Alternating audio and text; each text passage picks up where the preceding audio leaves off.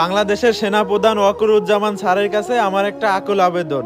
আপনাদের এই ইউনিফর্মটা এতই সস্তা হয়ে গেছে যে এখন যে কোনো টিকটকার ভিউ কামানোর জন্য আপনাদের ইউনিফর্ম ব্যবহার করতে পারে। যে সমস্ত টিকটকাররা সমাজ নষ্ট করার কারিগর, সেই সমস্ত টিকটকাররা আপনাদের ড্রেস ব্যবহার করে টিকটক করতেছে।